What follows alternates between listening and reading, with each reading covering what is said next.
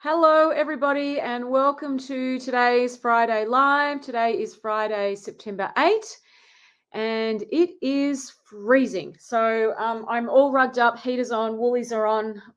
Spring sprang for about a blink of an eye, and then it's gone back to Arctic temperatures here in Melbourne. So this is why I'm all rugged up today. But wherever you are, I hope that you are warm and dry. And if you've got any questions, as always, bring them to today's live and I will answer them for you. I'm going to give the feed a few minutes to filter through. So I'm currently live now on Facebook and YouTube. So hello to everyone in YouTube land and hello to everyone in Facebook land. Love to hear who's out there. And as always, say hi. Let me know where you're listening from. Man, it is cold. It is freezing. It's sleeting outside. It's grey, windy, sleeting.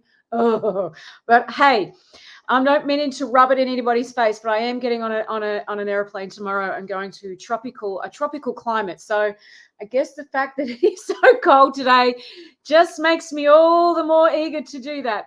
Hi, Mona. Hello. Thank you for saying hi. I do appreciate it, honey. Hello. And who else is out there listening? Feel free to say hi. Now I'm going to, and now if you have a question, post it in the comments below. I will absolutely do my best to answer any questions that are asked live.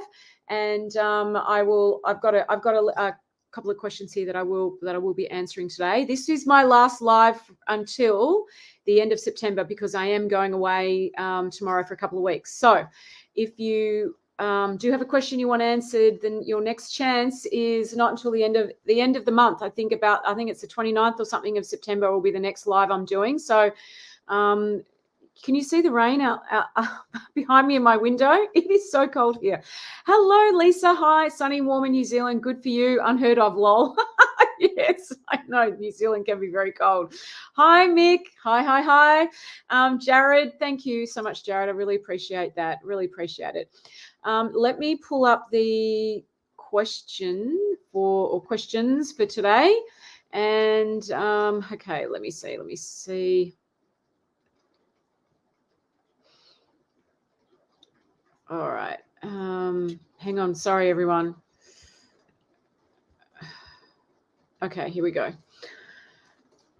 All right. So today's questions are, you can see I don't often even get a chance to really look at these beforehand. I really do answer these off the cuff, guys, straight off the cuff, because they often come through. Here we go. All right.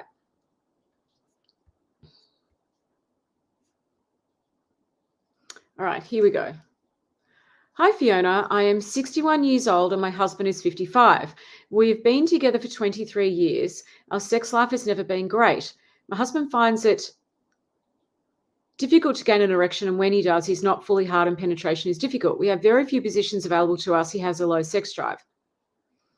This usually doesn't bother me a great deal, but lately I've been craving a great sexual encounter, if you get my drift. I can't really talk to my husband about this as he will feel even more inadequate. Is it wrong to have a wandering eye in these circumstances? I love my husband and wouldn't hurt him for the world. Look, great question. This is a really, really great question, and I really appreciate you asking it. Okay, really great question. I think this is very much, and it's like anything, there are no set rules in life, and it's never a great idea to look at any situation from a rule, like a general rule. Each situation is unique. Each situation is different in terms of what makes sense to you about that situation. I'm a big believer in helping people see what makes sense to them rather than saying you should do X. Does that make sense? So, you know, what will be helpful for one couple may not be helpful for the other. All right. And in this situation, and I've had people come to me with this issue before, and it's not just this is very much a very human thing and very, very common. So something that you need to work through together.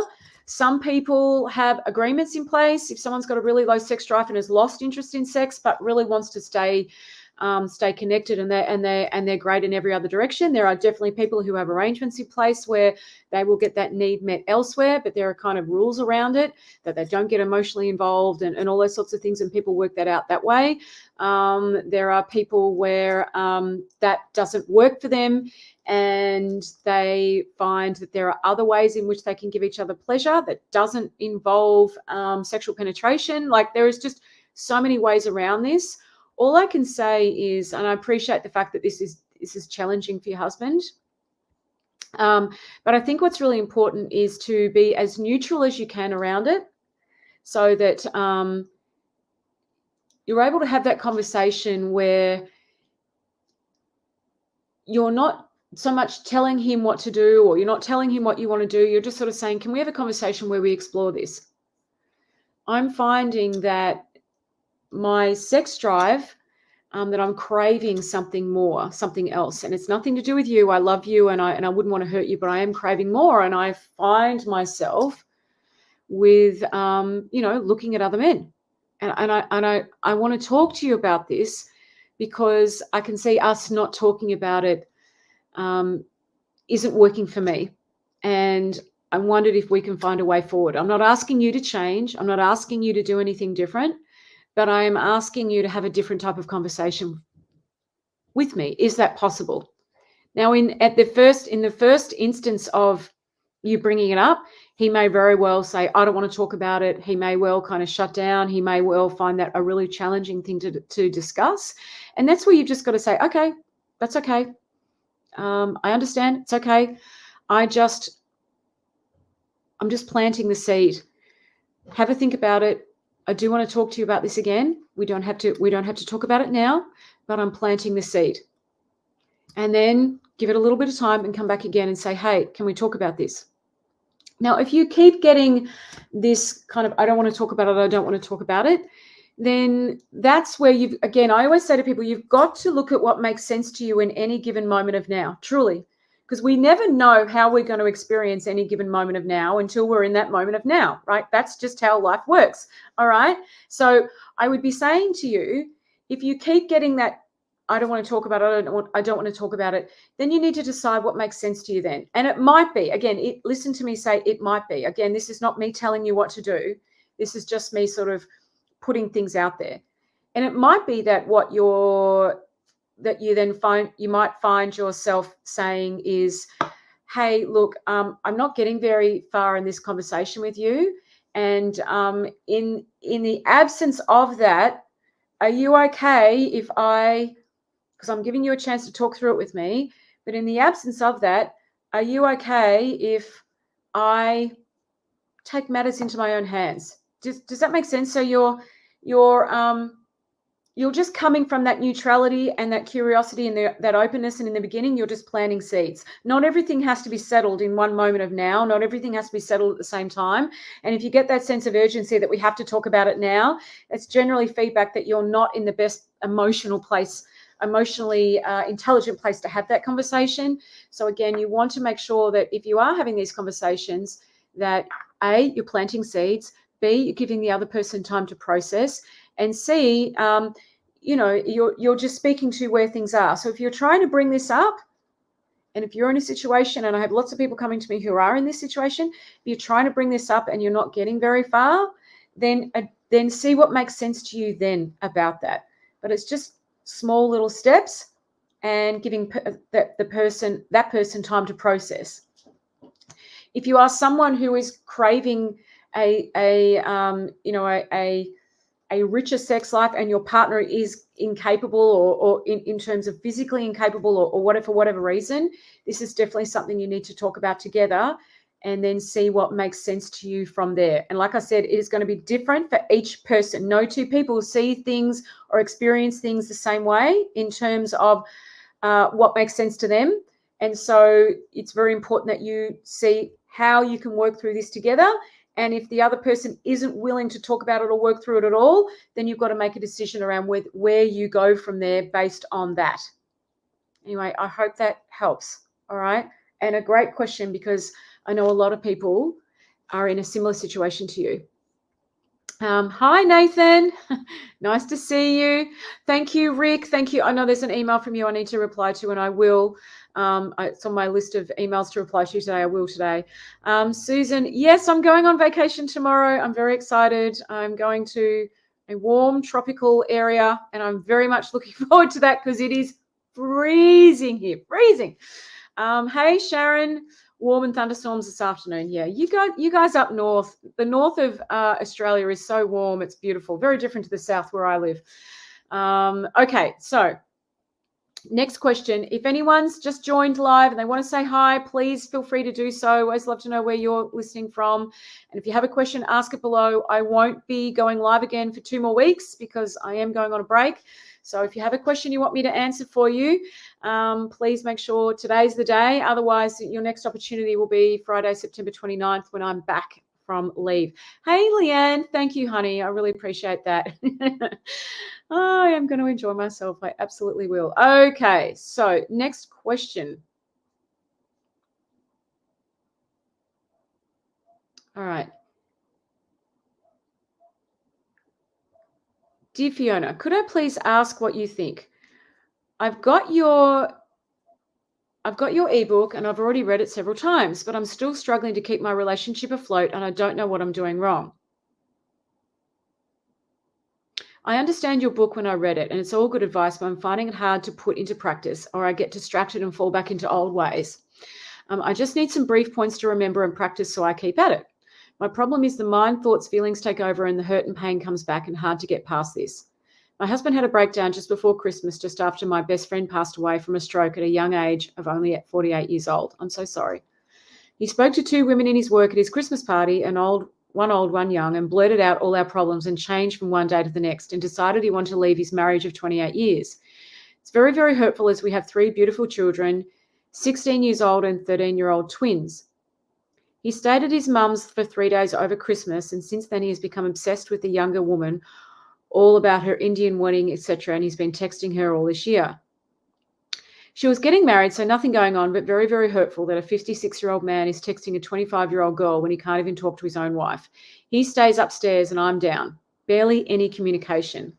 I can't get over the hurt and I really need the help. After everything we've done together as a family, just the 5 of us, I can't get over the fact that he was prepared to just walk out on his whole family because of some silly advice from silly people who are all in their own relationships, intact but messed up ours. And now I'm dealing with the aftermath and all the hurt. For me, marriage is for life and growing old together and looking after our grandchildren together. It wasn't healthy, his obsession with a younger woman and her wedding, and he was determined to go to the wedding on his own. She's getting married in October. It's been 9 months of hell, his obsession, and very, very hurtful. Can you help me get past this? Thank you. Oh, I'm so sorry. I'm so sorry that you're going through that. I really, really am. Okay. I do want you to know, though, you are not alone in what you're experiencing. Okay, you're not alone. I have people come to me, men and women, from all sorts of with all sorts of situations, going through similar things where their partner is going through something. And I think there are definitely times in life where we need to carry the other person. I'm not saying we should. Taking the shoulds out of this, there's no shoulds. There are times in life in a long-term relationship where you will find yourself carrying the other person, and that is what I would call the work ethic of love. I'm not saying you should in this situation. Please hear that. Please hear when I say these things, I'm not telling you what to do. I'm just merely pointing in a direction. And then what you do with that is entirely up to you because you know what is best for you. Every single person who's listening to this or watching this recording, I really want you to know that you know what is best for you and you are the only one who knows that. Truly, the more you see and understand that, the more resilient and empowered you are when life becomes very challenging and difficult because life is a contact sport. Okay, it truly is. But the more you have faith and trust in you, the more you know where to look for the answer, the easier or the more ease you have in regards to how you navigate that situation. I just wish more people knew that. I truly do. When I say know it, as they know it as in it's a lived experience that they have had. We can only learn via a lived experience of something. We cannot learn via an intellectual experience of something. It has to be a lived experience of something. So I guess what I'm saying here for this gorgeous lady is, I'm guessing based on what you've said that you want your marriage to work. All right. I'm guessing based on what you've said that you want to grow old together and you want to get past this. All right. So I'm gonna answer this from or through the lens of that assumption. All right. I'm going to answer this from or through the lens of that assumption. So you want to get past this, and you're feeling really hurt because your husband listened to some advice at his work Christmas party, and has had some sort of a breakdown and changed. And I guess, often you said there, it was just after your best friend passed away from a stroke at a young age of only 49 years old. I think often, and again, I'm making a bit of an assumption here because I don't know the ins and outs of this, but I think for all of us, when we are faced with the fragility of life, okay, when we are faced with the fragility of life, it often has us stop and reassess our lives. That's not uncommon for people to do that. When faced with the fragility of life, so losing someone out of nowhere, it often has us stop and reassess. That's what people do, because you realize that, anything can change in an instant, and is where I am okay? Is this where I am? Is this what I want? We start asking ourselves different questions rather than just being in the busyness of life and doing life. We ask ourselves more reflective and introspective questions. And I'm going to guess that's what your husband has done. So I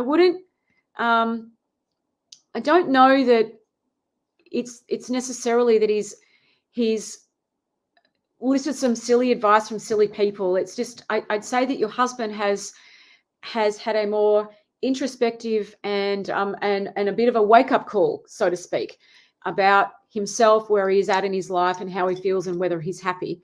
And he doesn't quite know what to do with that. All right.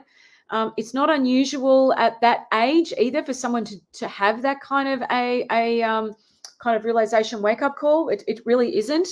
And I dare say, for you to get past this, and this is not going to be an easy thing for you to get your head around. And I only say that because you're going to be looking at all the choices that your husband's made, and that it looks like he's chosen to hurt the family. And I guess what I want to say is, first of all, there is an innocence in us all around many things, and people don't choose, generally, people don't choose to harm someone else. We all live in separate realities. And you really need to know this, guys. This is a big, big, big, big, big, big thing for people to understand. Nobody sees the world the same way, ever, at any time. We just don't. Our reality is as unique as our fingerprint, okay? And there are unlimited realities available to us all. And when we are getting caught up in, and we all do it, we're getting caught up in the illusion that my reality is more right than somebody else's. You kind of got to understand that you're looking in the direction of your own ego, because if you think about the fact that there are unlimited realities, how can yours be the right one? There is no right one. There's just reality after reality after reality after reality after reality after reality, and they're different. And the thing that's going to make the difference for you, honey, is when you're able to look at this situation through a different lens of understanding. And you can't do it through your lens, because in your lens, he's chosen to hurt the family. In your lens, what he's done makes no sense. Through your lens, he's completely lost the plot. Through your lens, right, he is selfish and hurtful. And so through that lens, you are going to continuously be hurt, because when you look at something through that lens, you see the evidence to support that lens, right? Now, remember, as I said, as I started answering this question, I'm answering it from the place that you want your marriage to work. All right. So those of you who may be listening to this and butting on what I'm saying, I'm speaking to that. All right. I'm speaking to the fact that this lady wants her marriage to work, that she wants to get past this. That's what I'm speaking to. All right. So the first thing you've got to see is that you need a different lens. And there is a different lens out there. I promise you. It's a lens of understanding. It's a lens of compassion. And understanding and compassion does not mean that you are being a doormat, by the way. Not at all. That's a different lens. All right. The lens of compassion and understanding will have you show up with more neutrality around this, and have you feel a lot calmer, grounded, and patient with where it is at. That is absolutely available to you when you have a different understanding. Now, you might say, but how do I get that? I guess it's through understanding the way things work. I guess it's through understanding the psychological functioning of human beings. It's understanding things like separate realities. It's understanding how to navigate your thinking. It's understanding how thought works. It's understanding those things that gives you access to that. You know, I had a really profound conversation with a client of mine yesterday. He's just started working with me. I think it was his third session. And he's in his early 40s, very, very successful, owns lots of businesses, has ticked that box. Has never been able to have a long-term relationship. Always gets to a point where finds that there's something not quite right, and the relationship ends. And we got on our chat today, and he said, Fiona, I don't know what's happened to me this week, but ever since we spoke last, he said, I've been emotional. I can't stop crying. I have not cried like this. He said, I don't think I've cried in, I don't even know. I can't remember the last time I cried. It's decades since I remember. I just don't ever cry. I'm never this emotional. He said, I have been emotional all week. I cannot stop. The tears just keep coming. And he said, I'm having realization after realization after realization. I'm recognizing how judgmental I've been, how arrogant I've been, how I was looking at everything as if I was better, what I've put partners of mine through. He said it's been hard to realize it. And he said, I'm so emotional because everything that I thought I knew to be true has just fallen away. He said, I've done so much study around this stuff and I've learned so many cool things, but I've never had things fall away like this. I've never seen things through the lens with which I'm seeing them right now, because I feel like I've just been cracked open. Now, some of you might hear this and think, oh, that sounds terrifying. But as he and I were talking about today, he said, I know I will be profoundly changed by this. And I know that this is what I've been looking for my whole life. Now, that is an example of a completely different lens, right?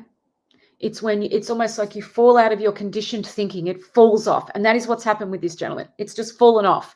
And when your conditioned thinking falls away, what's left is understanding, compassion, insight, realization, grace, humility. And in the face of that, we are capable of anything. We're capable of deep understanding, deep forgiveness, deep connected love. That's what we're capable of, because that's essentially at our essence who we already are. But people get so caught up in the rules. They get so caught up in their thinking. They get so caught up in their shoulds. They get so caught up in their reality. They get so caught up in right and wrong. They get so caught up in their egoic, conditioned, dogmatic thinking. And we all do it. I've done it. That they lose sight of that, right? And so they can't see something else because they're looking through the lens of that always. Now, I'm telling you, it's only when that falls away that you see what's truly on offer for you in a moment of now, in a relationship, in anything, truly. And that is something that you cannot learn via your intellect. It is a lived experience, as this gentleman has recognized this morning, where he now feels moved by things that never moved him before. His mind is quiet. And he's having very profound realizations, simple realizations, because, you know, it is very simple. When you look at life through the lens of simplicity, understanding is always at your fingertips, okay? Always. I always, as someone who used to look for where I can win, where I can be right, where I can justify, where I can prove my point, where I can make myself understood. As I used to be someone who used to look through that lens, I missed all of this stuff.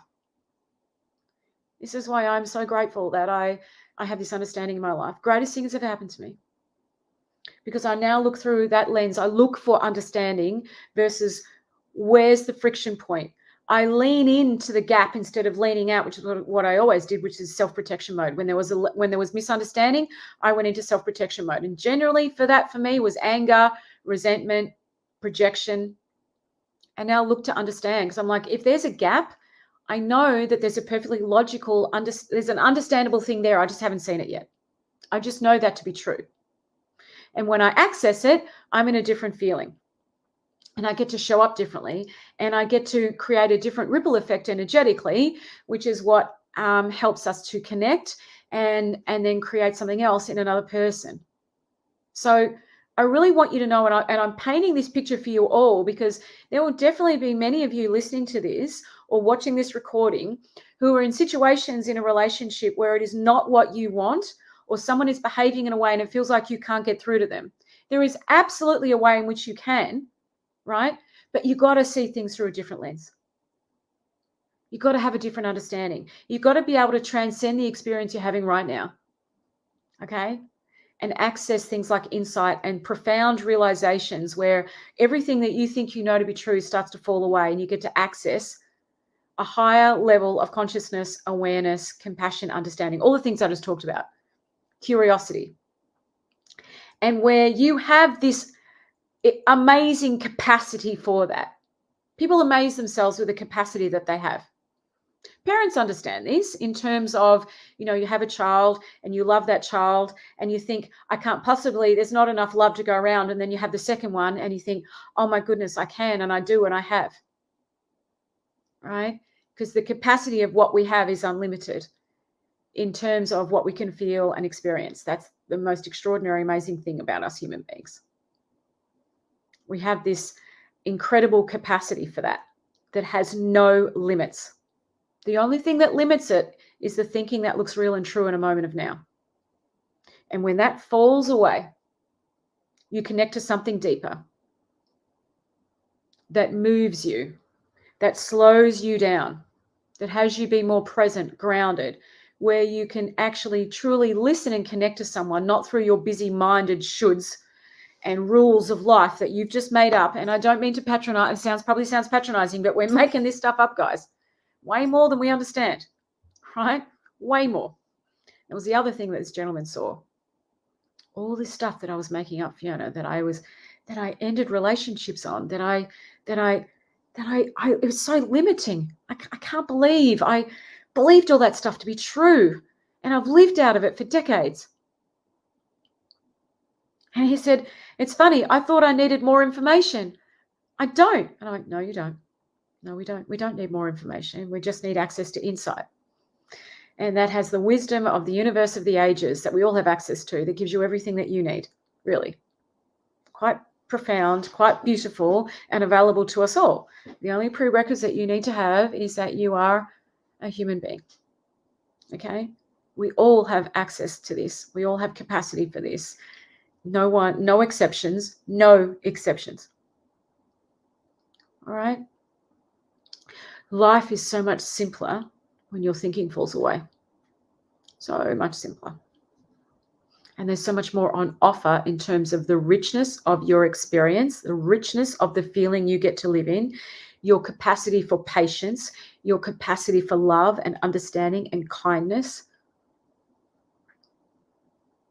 This is what you all have access to. It's just that you don't know it. You knew it when you were born. You just forgot somewhere along the way, right? Okay, I'm just going to check in. Let me know if this is making sense or if I'm speaking in too high a chunk for you guys. Let me know. I want to make sure I'm expressing this in a way that's helpful and makes sense and that you understand. So if there's something you want to explain differently, please let me know. All right. Ian, hi Fiona, freezing here in the Dandenongs. Yes, I can imagine it would be, Ian. Very cold in the Dandenongs. Woo! The Dandenongs are about an hour away from me, give or take, maybe an hour and a half. So yeah, we're very close to each other. It's very cold here today. Enjoy the pina coladas. I will. Thanks, thanks, Rick. I really will. Something like that. Don't shoot all over yourself. Yes. Any thinking that comes from a place of should, I don't really have a lot of time for. That's insecure thinking, disguised as a command, right? Not interested. There's no emotional intelligence in should. It tends to comes from judgment and guilt and shame and all that murky stuff, right? I've got no interest. Shoulds do nothing for me. Don't listen to them. Not interested in them. Don't pay attention to them, because normally when I'm coming from a should, I'm doing something that's not in alignment with myself. I'm giving my power away. I'm handing it over to something or someone. That's a general rule of thumb I find with shoulds. And if you're not doing it to yourself, then you're doing it to somebody else. Okay, you're judging them. It's very arrogant. Donna, hi Donna, hi from Matakana. Matakana, I hope I'm pronouncing it. I don't think I am, I'm so sorry. Matakana, Auckland, first time live. Welcome to my first live. Oh, your first live, Donna. Welcome. Thank you so much for saying hi. Nathan, love it. Heart hugging stuff. Yes, it is heart. Oh, I like that description, Nathan. Heart hugging stuff. Yes, it is. It is. Sandra, makes so much sense. Thank you. You're welcome, Sandra. You're very welcome. You're very, very welcome. It's my pleasure. I'm glad to hear it's resonating. Thanks. Louise Hay says to change should to could. Maybe. Or just let that thinking pass and see what else shows up. Eh? I find that a little bit easier. But yeah, you could do that. Josephine, that's a good one to remember about should. I like it. Cool. Okay, great. I'm glad it's helpful to you guys. Okay. I've got one more question here. Hi, Fiona. I always learn something from your Friday Live Q&As. Thank you. My question is, I have a girlfriend from junior high school days. I'm 68 and female also, and we've mostly stayed in touch over the years. Since she began having problems in a marriage a few years ago, she calls me occasionally and wants to vent for up to 4 hours. I'm starting to let the calls go to voicemail and texting back short responses acknowledging her calls. She lives in a neighbouring state and visits her dad in a memory care facility in my state once a month. When she comes to town, she always wants to get together. I dread the get-togethers because I know we will just talk about her problems in her marriage, usually for hours at a time. I've been making excuses for not being able to get together. I've texted her and told her I have some stressful events going on in my own life now and I don't have enough bandwidth to be a good listener for her problems and then I need some space. Despite my trying to be honest and assertive with her, she badgers me with more voicemails and texts to try to get to talk or get together. How do I respond to her? Thank you. Great question. Really great question. Love questions like these. Do love these questions. Okay. Now, I know many people are going to relate to this one. All right. Many people are going to relate to this one because all of you have got a version of this going on somewhere in your life, right? Where someone is having a conversation with you that you don't really want to have and you're uncomfortable about it and you feel guilty about putting an end to it. So you kind of take evasive action. So this is a very good question. All right. I mean, they're all good questions, by the way. I just can see the commonality in this one. So I think what's really important, if you're dealing with someone that's continuously kind of like dumping on you, dumping their load, so to speak, verbally, and we're kind of putting it out there, there's a lot of drama, okay, and there's a lot of victimhood in that drama, okay. Generally, when people are doing that, it's because they are, and again, I'm making some assumptions here because I don't know enough about it, but this is someone who has learned to connect through drama. That's how they create connection. They don't know how to connect outside of drama. Okay.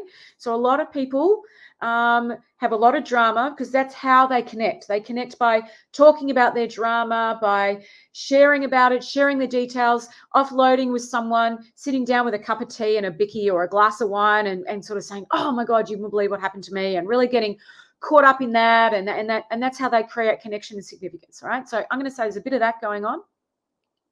The other thing is, if you have someone who's continuously dumping on you, right, and you're finding it exhausting, the next time that happens, what you need to say to that person is, or a great thing that you can ask them is, do you want to have a different experience of this? And they'll say, what do you mean? Or they might ask, what do you mean? Do you want to have a different experience of this situation? Now, if they say, what do you mean? Say, well, at the moment, it seems like you're just going round and round in circles with the same old. That must be exhausting. Would you like to experience this differently where you feel more empowered? Now, if they say no, right? If they say, actually, no, I don't, you say, okay, no worries. but I can't talk about this with you anymore because it exhausts me. So I'm happy to catch up, but I'm letting you know there's no room for that conversation. I won't be engaging with that with you anymore. I'd love to catch up, but not about that. You'll have to do that with somebody else. I'm not your gal, but I'd love to catch up. Now, some of you are going to hear me and go, oh, I could never say that. That would be terrible. I couldn't do that. Oh my God, Fiona, that's so mean. Now, if you are having that reaction, notice that's your reaction. That is a sign that you are not comfortable in your own skin. Right? You're not comfortable in your own skin. See, I'm quite comfortable in my own skin. I'm okay if I have that conversation with someone and they don't call me back, because I'm not interested in relating at that level. Right? And it's not a judgment of that person. It's just I want to vibrate at a higher frequency, right? That's a low frequency. And again, I don't mean that one is better than another. That's not what I'm saying. But I want to have a conversation where we both feel uplifted. And I'm not saying it has to be some amazing thing. It could just be about anything. But do you know what I mean? And so as I'm clearer about that and I have that conviction, I won't be a match for that anymore. And so I won't attract that into my life. So when you have clarity of mind, you can come from conviction with someone and you can say that. You can say, like, love to catch up, right? Really, I would, but I'm not doing that conversation. Now they can turn around and go, oh, you're being selfish, you're being this, you're being that. Now that's on you whether you take that on board, because that's not your stuff. You're just being really clear. I'm not being personal, I'm not being rude, I'm not attacking, I'm just being really clear. And what you're actually doing is being a good friend. Because if you've got someone that's constantly coming to you, especially if someone's coming to you and they're bitching about their partner, don't let them do that. You're not helping them and you're not helping their marriage. Don't be that person who goes, yeah, I know, I wouldn't put up with that. That's just garbage. Don't be that person. That just perpetuates the same old crap. Really, it doesn't help your friend. You're not doing them any favors. Don't be that person that operates at that place. Be the person that shows up differently and says, hey, would you like to do that differently? Do you think it's time maybe you change that for yourself? What are you going to do about that? Rather than the same old. Yeah, me too. I wouldn't. Well, you go in there and you meet them where they're at. You don't have to meet someone where they're at. It's very loving to hold space for something else for someone. Because what you're saying to them is, I know you got more than that. And I want you to be happy. I want you to find a way forward. Right? You can do that. You do that for the people that you love. But it's very hard for you to do that if you're not comfortable in your own skin. Because when you're not comfortable in your own skin, your well-being depends on the other person liking you.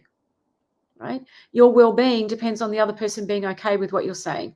And so if you're not comfortable in your own skin, that's what tends to happen. You outsource your well-being to the people around you, and it depends on how they think and feel. And so therefore you start having conversations that are not congruent for you, that are not in alignment with you and the honoring of you or the other person. And then you become the person that keeps perpetuating drama. You become part of that cycle. Okay? And so if you don't want to live in the feeling of that, if you don't want to have that experience, that's what you got to do, right? Now, the other thing is, if you're in a conversation with someone that asks you for your advice and or is telling you the same thing over and over again, and you're in fix-it mode with them and nothing's changing, you need to stop doing that as well. Okay? Always ask for permission if you're going to give someone advice. So what does that look like? Someone's got a problem. And it's the same with your kids too. Your kids will stop talking to you if you go into fix-it mode with them. Your teenagers, your kids, they will, because people aren't looking to be fixed. People are looking to feel heard. And so you always ask, would you like to know my opinion or would you like me to listen? Always get permission, because once you have permission, your opinion or what you have to say is more likely to be heard because you've got permission to share it. Don't assume permission. Ask. You'd be surprised at how many times people say, I want to know your opinion. Most people will say, I just want you to listen, actually. Right? And then you can do that. You can listen. And then at the end of that, That's when you can say, well, what are you going to do about that? Or would you like to experience that differently? See, I'm not telling them what to do. I'm not in fix-it mode, but I'm asking them a reflective question. People learn best through reflective questions, not through you filling the space with your opinion and stuff. It's not required as much as you think it is. And it tends to take away from what's possible in that moment with someone.